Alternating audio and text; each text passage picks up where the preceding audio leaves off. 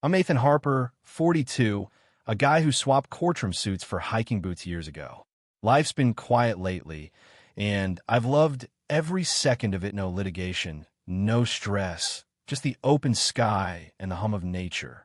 My dad, a guy who cherished silence and the raw beauty of the wild, bought 400 acres of Colorado highland back in the 80s. It's a breathtaking spread pine trees whispering over granite slopes, a crystal lake mirroring the clouds. When he passed, he left it to me, along with meticulous records, maps, and his journals. That land was his heart, and it's mine too. I sit a few times a year to fish, hike, or just sit on the old dock and think. Most of it's untouched, deliberately, so 60 acres are a federally protected wilderness, home to elk migration paths. The rest? Pure freedom, mine to roam, mine to keep. My name's on every deed, every county record. No HOA, no neighbors, just me and the land. So when a certified letter from a local notary landed in my mailbox, I opened it with a shrug. What could be urgent about land I hadn't touched since last fall? But as I scanned the words, my stomach dropped. A 12,000 square foot mansion complete with outbuildings, a tennis court, a private road, a security gate, and a pool had been built on my land, on a parcel now labeled 47C. The owner? Cassandra Reed. Approved by some outfit called the Pine Crest HOA. I read it again, heart pounding. My land didn't have a parcel 47C. At least it hadn't. I tore through my filing cabinet, pulling out maps and deeds. There was 47C, my dad's favorite ridge, a gentle slope with a VYEW over the valley. No sale, no lease, no subdivisión. Yet someone had built a palace on it. I called the county recorder, hands shaking. After 32 minutes on hold, a bored voice confirmed the nightmare. Parcel 47C was registered to Cassandra Reed, transferred 5 years ago via power of attorney. 5 years ago.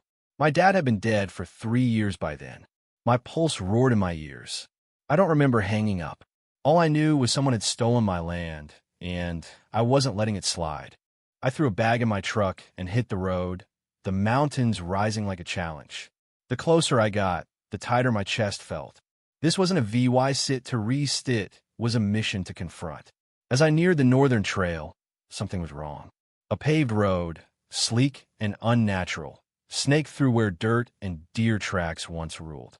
Trees were gone, hills terraced, and there, on my dad's ridge, sat a sprawling white mansion, like a resort plucked from a billionaire's dream. Stone columns, a circular driveway, fountains, a valet box. It was obscene. A 10-foot iron gate blocked the entrance, stamped with Pine Crest HOA in gold letters. I parked, heart racing, and marched to the intercom. 2 guards stepped out, one built like a linebacker, the other with a hand twitching near taser. "Can we help you?" the big one asked, his tone already shutting me down. "You're on my land," I snapped. "I am Nathan Harper. This ridge, this slope, everything behind that gate is mine. I want to talk to whoever built this." The second guard checked a tablet, smirking. "Records say this belongs to Ms. Reed. You're not on the VY CITO list. Leave." I felt heat surge behind my ears. I own this land. I've got the deeds in my truck. I didn't sell anything, didn't approve anything. The big guard stepped closer. "Sir, trespassing's a crime. Leave, or we call the cops." Trespassing? On my own land? I gripped the gate, jaw clenched, but I knew escalating wouldn't help. "Tell Cassandra Reed Nathan Harper was here," I said, ice in my voice. "This isn't over." They didn't blink as I backed away, the gate closing like a taunt. I didn't sleep that night, pacing an Airbnb in town, maps spread across the table like a battle plan. How could this happen? No sale, no transfer, yet a mansion stood on my soil. The next morning, after a dozen ignored calls to the HOA, a woman with a posh voice said Cassandra was free that afternoon. I told her to tell Cassandra the true owner was coming. I arrived early, ready to face the thief.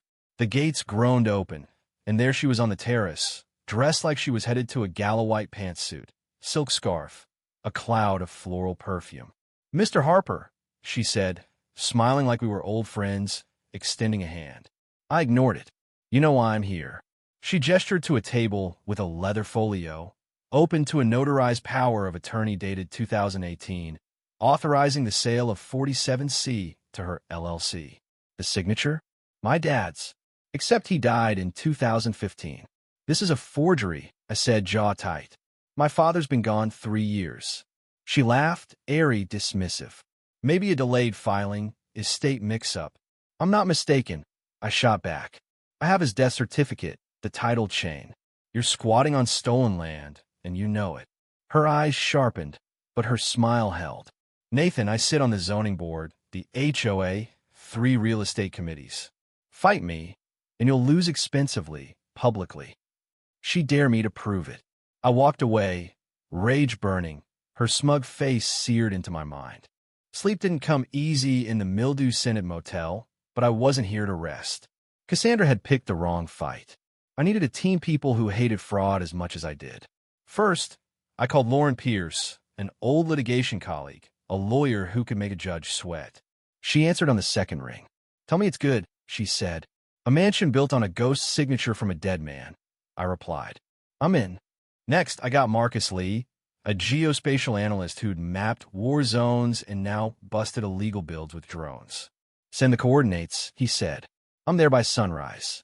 Then there was Rachel Holt, a private investigator with a nun's morals and a bloodhound's nose. We going after someone untouchable, she asked. HOA queen with a felony-sized ego, I said. I'll bring snacks, she replied. We met in a dingy cafe, the kind where nobody asks questions. Marcus showed before and after scans of my land untouched in 2016, clear-cut with a foundation by 2019, crossing into Federal Reserve land. Lauren whistled. That's a double felony. Rachel laid out records. No sale, no escrow, just a shady Nevada shell company and a notary who'd never seen the signature. Marcus's drone footage sealed a pool cut 20 feet into protected land. Lauren grinned like a predator. Let's pay her a VY sit. 2 days later, we rolled up drone overhead, a local reporter in tow, a USB drive packed with EVY Denke. Lauren delivered a cease and desist letter under the Land Use Act. The guards hesitated. Rachel recorded. The reporter snapped photos. That night, the county froze the property, halting construction and suspending the HOA. The local paper screamed, luxury mansion built on stolen land. It was just the start. The courthouse loomed like a stone giant, unyielding. Day 1 of the trial felt like stepping into a lion's den. My suit was crisp, my EVY Denke ironclad. This wasn't just about land, it was about my dad's legacy, my name, and a woman who thought silence meant surrender. Lauren was calm, deadly calm. Then Cassandra swept in, a VY Shown in white, clutching lilies in her hair, on her lapel, in her hands. The scent hit me like a punch. I'm deathly allergic to lilies, a fact I'd mentioned once in a local VY EW years ago. She'd remembered. My throat tightened, my skin burned, my VY Shown blurred. I stumbled, gasping as Lauren caught me. Paramedics rushed me out. Court adjourned. Cassandra played innocent, asking about florists with fake concern. That night, as I recovered, a knock came. Not room ser VYC Cassandra, smiling like she hadn't just tried to kill me. Ethan, may I come in? She purred, letting herself in. Terrible misunderstanding today. But we're reasonable, right? She set down a leather case, opened it. Dulal $1.5 million in cash. Sign this, and it's over. You walk, I stay. The document wasn't a settlement, it was a gift deed, handing her all 400 acres. You can't win, she whispered. Take the money. I opened the door. Get out. She left the papers like I'd cave. She didn't know my phone had recorded every word. The next session, we played the tape. The judge's face froze. Cassandra's objection context, she claimed, fell flat. The jury heard her purr. You'll lose, Nathan. Might as well get paid. The judge's voice was steel. This is no longer CIVYL. This is criminal. The final day was electric.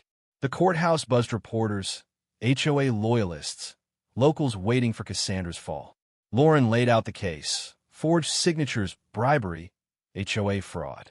Emails, financial records, and drone footage showed her empire extorting neighbors, funneling dues into her mansion's road and landscaping. Witnesses piled on. A tearful HOA treasurer, a neighbor fined Dulaw $12,000 for shutters, an elderly couple bullied over a gnome. I took the stand, locking eyes with Cassandra's pale, hollow face. I didn't want this fight, I said. But when someone steals your history, mocks your rights, you don't walk away. You fight. The judge's ruling was a hammer. My land was mine. Cassandra guilty of fraud and bribery. The HOA dissolved. Gasps echoed. Cassandra flinched, her lawyer deflated. Outside, cameras caught her mascara-streaked face as officers led her away. Weeks later, with Cassandra behind bars, I threw a barbecue on my land. Not for pride, but to reclaim it. Ex-HOA members brought potato salad, apologizing. Marcus flew his drone for the kids. Lauren framed the ruling, hung beside my dad's fishing rod. Rachel reenacted the bribe with sock puppets, the crowd roaring. The mansion loomed, mine now. I'd turn it into a legal retreat, no, your rights camp, with fire pits and maybe a zip line. An old neighbor toasted, to Nathan, for pro-VYing you can stand your ground, even against clipboards and too much perfume. Under the stars, cedar smoke drifting, I sat on the porch, beer in hand, and exhaled. The land was mine again, hard won. Justice didn't wear a robe, it smelled like brisket and sang off-key at sunset. And damn, it felt good.